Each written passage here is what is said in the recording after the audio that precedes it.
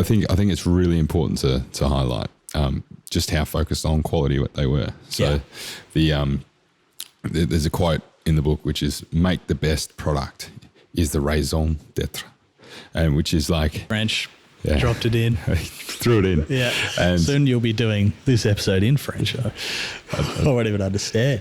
You're going to have to give me some serious time to get there. Like. I'm going to get pulled up on the pronunciation of that. Get Google Translate out. Which is the purpose. That means the purpose. For those that missed my poor pronunciation. I needed that. I didn't know what it meant, but I've heard it before. Yeah. I always just nod and say yes. The reason to be, I think, is what I'm smart and know what that means. Yeah, I'm on board with that. Yes. And so there's a big guiding principle that stems from Antoine de Saint-Exupéry, which is a French aviator. And basically the crux of it is in anything at all, and this is a guy that basically innovated aviation and came up with the refined version of what the aeroplane wing is that we know today, which is quite a beautiful teardrop-looking shape on its side.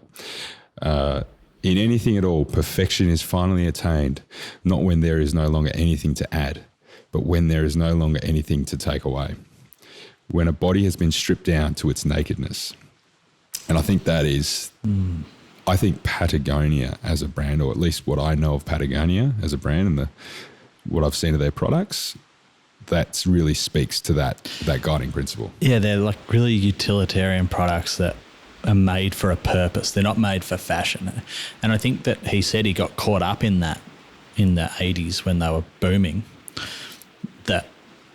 and they had all these issues because they were growing too quickly, and people started to see it as a fashion brand, which I think is happening again now when I walk around Melbourne.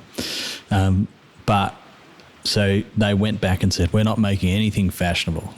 If that's an outcome that's additional to the function, great. But this thing has to work for its intended purpose, and that is its first order.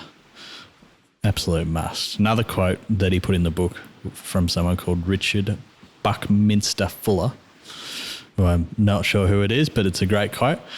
When I'm working on a problem, I never think about beauty. I think only how to solve the problem.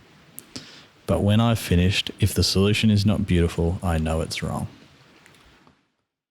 So simplicity in design is one of his big driving forces. Yeah, it comes back to that, the teardrop looking airplane wing. And it's a very natural, beautiful type shape when you do look at it.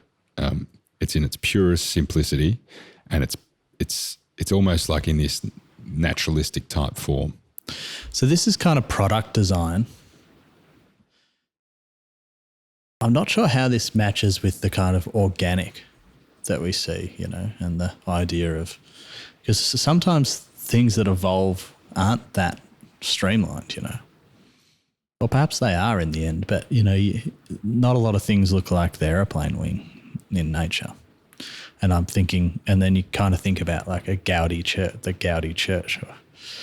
That is a intricate, complex thing that makes you think of a tree almost.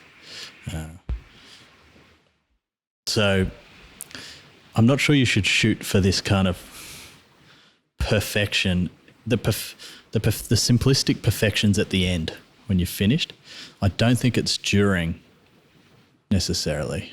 I don't think you ever get there either. Yeah, and the process of refinement that he's talking about is, because that's where I get stuck. I start doing something, I'm like, well, it's not beautiful, it's not right, Whereas that's where you should be reflecting later. I think I'm having this realization now, instead of at the time going, oh, it's stuffed, I can't do it, or it's not perfect. Cause see, I think Fuller's quote there is, it's very much that's like the ultimate outcome. It's the ideal outcome. That's what we're striving for, is that, the simple beauty. Because at its core in nature, a particular species of something is looking to exert the least possible energy to keep up with the change of the world around it. And so that often means a minimal, simple type form. But the first iteration of anything is going to be ugly.